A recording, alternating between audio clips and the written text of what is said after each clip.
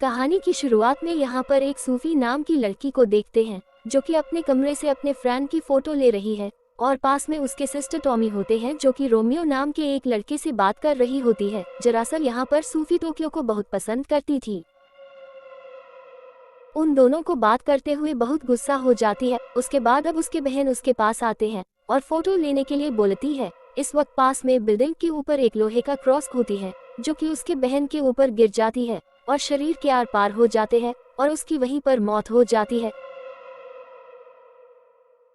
इसके बाद हमें एक साल के बाद सीन दिखाया जाता है। हम यहाँ पर सोफी को सोते हुए देखते हैं, लेकिन तभी वह बुरी सपना की वजह से जाग जाती है। दरअसल आज टॉय का बर्थडे होता है और आज उसे मरे हुए एक साल हो जाती है, इसीलिए सोफी अपने पेरेंट्स के साथ बर्थडे सेलिब्रेशन करने लगती है।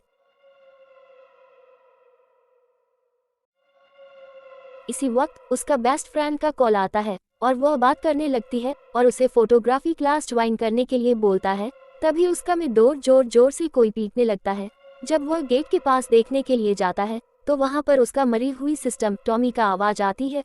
वो डर जाती है और वह अपने पेरेंट्स को बुलाते हैं। जब उसका पापा दरवाजा खोलता है तो वहां पर सच में उसकी मरी हुई बहन को देखते हैं। उसे देखकर उसका पापा बहुत खुश होते हैं क्योंकि उसका सिस्टर पूरा एक साल बाद आया था। लेकिन सोफी ये सारी चीज देखकर बहुत हैरान हो गई थी क्योंकि यहाँ पर उसकी बहन एक साल पहले मर गई थी, तो फिर यह जिंदा कैसे हो सकती है। अब यहाँ पर ये नोटिस करती है कि वह पूरी तरह से बदल गई थी। अब जब यहाँ पर पापा के पास जाती है तो उसे अजीब सा देखने को मिलता है, जिससे वह पूरा हैरान हो जाती है और पूछती है कि यह आप क्या कर रहे हो। फिर उसने बोलता है कि एक साल बाद मेरी बेटी घर आया है, मैं उसे प्यार कर रहा हूँ। ये सुनकर सुखी अपने मॉम के पास जाता है।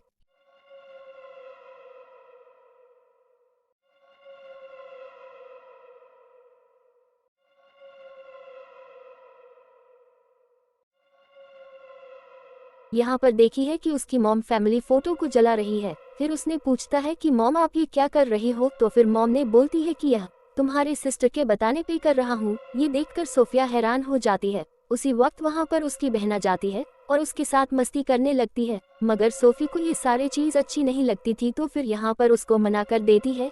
ये देखकर उसका पापा बहुत गुस्सा हो जाते हैं और उसे एक झापड़ लगते हैं। ये देखकर उसके बहन बोलती है कि इसे तो और सजा मिलना चाहिए। तभी उसके पापा ने उसे एक वायर से बहुत बुरी तरीका से पिटा। उसके बाद जब सोफी बाथरूम में नहा रही होती है तो उसकी बहन भी आ जाती है और वह भी नहाने के लिए बैठ जाती है। ये देखकर सोफी को बहुत डर होने लगती है क्योंकि वह अजीब तरह से बिहेव कर रही होती है। फिर उसने देखते हैं वह निशान जो एक साल पहले क्रॉस गिरने से उसकी मौत हुआ था। तब अचानक उसके कंधे से अजीब चीज निकलने लगता है। सोफी बहुत डर जाती है और अपने पापा के पास जाती है और यहाँ पर अपने बहन के बारे में सारा चीज बताने लगते हैं, लेकिन उसके पापा उसके बातों पर यकीन नहीं करते हैं और उसे पीटने लगते हैं क्योंकि उसे लगता है कि उसके बहन आने पर वो खुश नहीं है। उसके बाद वहाँ से उसका बहन जाने लगती है। बहुत मना करने के बाद भी वह रुकने को तैयार नहीं थे। बहुत कोशिश करने के बाद भी वह नहीं मानती है। उसके बाद उसे एक चाकू से बुरी तरह से मार देती है। ये सब देखकर साइफे बहुत ज्यादा डर जाती है। अब उसके पापा उसके छोटे छोटे टुकड़े करके एक पॉलिथीन में पैक कर देते हैं ताकि यहाँ पर वह उसको अच्छे से ठिकाने लगा सके। उसके बाद जब सोफी ने कटे हुए सर को देखकर वह बहुत हैरान हो जाती है क्योंकि यहाँ पर उसका सर अभी भी जिंदा था, लेकिन तभी उसके सर को डस्टबिन में फेंक देती है।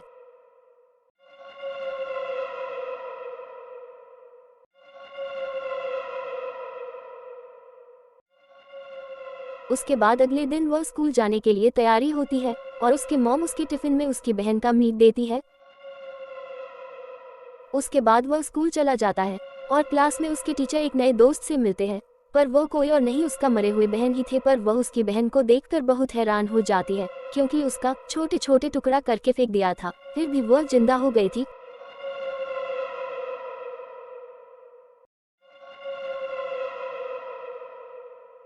उसके बाद जब वह लंच में अपने सारी बात दोस्त को बताती है तो उसका दोस्त भी उस पर भरोसा नहीं किया। उसी वक्त जब वह अपना टिफिन बॉक्स खोलती है तो उसमें उसकी बहन का मांस था। वह देखकर बहुत ही हैरान हो गई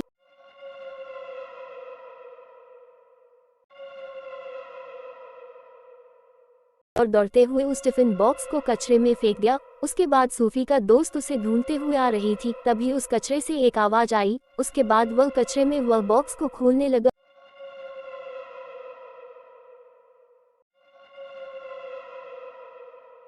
उसके बाद उसको वहीं पर मौत हो गई। उसके बाद उधर टमी पापा भी बहुत परेशान था क्योंकि डस्टबिन से कटे हुए सर का आवाज आ रहा था। जब वह डस्टबिन को देखा तो डस्टबिन से कटा हुआ सर बाहर आ रहा था और उसे बोल रहा था कि पापा मुझे जिंदा कर दो, मेरे मम्मी को सर काट के मेरे सर में जोड़ दो, मैं और जीना चाहता हूँ।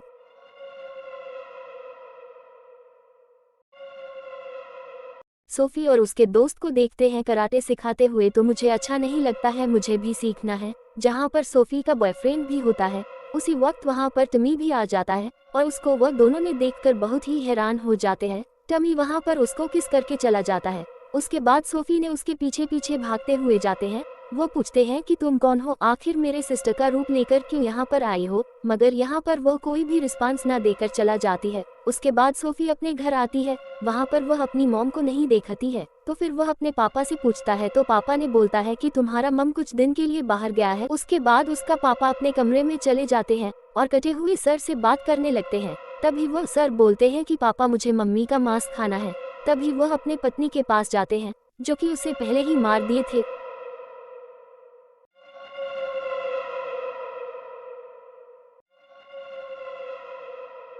अब जब अगले दिन होते हैं तो सोफी अपने स्कूल जाते हैं और वह फोटो को प्रिंट करने लगते हैं और यह पता लगाने की कोशिश करते हैं कि आखिर टमी के साथ क्या हो रहा है। तभी यहाँ पर एक टॉमी के फोटो में एक मॉन्स्टर दिखाई देते हैं जिससे वह समझ जाता है कि टमी के ऊपर एक मॉन्स्टर का साया है। इस वक्त वहाँ पर सोफी के फ्रेंड आ जाता है जिसे टमी ने मार दिया था और उसे देखते हैं कि उसके बॉडी पर भी मॉन्स्टर का साया पड़ गया था। सोफी की फ्रेंड बोलती है कि तुम मुझसे दूर रहो, नहीं तो यहाँ पर तुम्हें भी मार देंगे। उसके बाद यहाँ से सोफी डर के मारे भागने लगती है। उसके बाद वह टोसो की फ्रेंड के पास जाकर उसके बारे में सारा चीज बताने लगते हैं। तभी वहाँ पर मरे हुए सोफे का फ्रेंड आ जाती है और वहाँ पर सभी लोग डर जाते हैं। उसके बाद वहाँ से सोफी भागते हुए एक क्लासरूम में जाते हैं जहाँ पर टमी किसी को मार रही होती है। उसके बाद जब देखते हैं तो सबके पास मॉन्स्टर का साया पड़ जाता है। अगर वीडियो अच्छा लगे तो लाइक, कमेंट, सब्सक्राइब जरूर करें।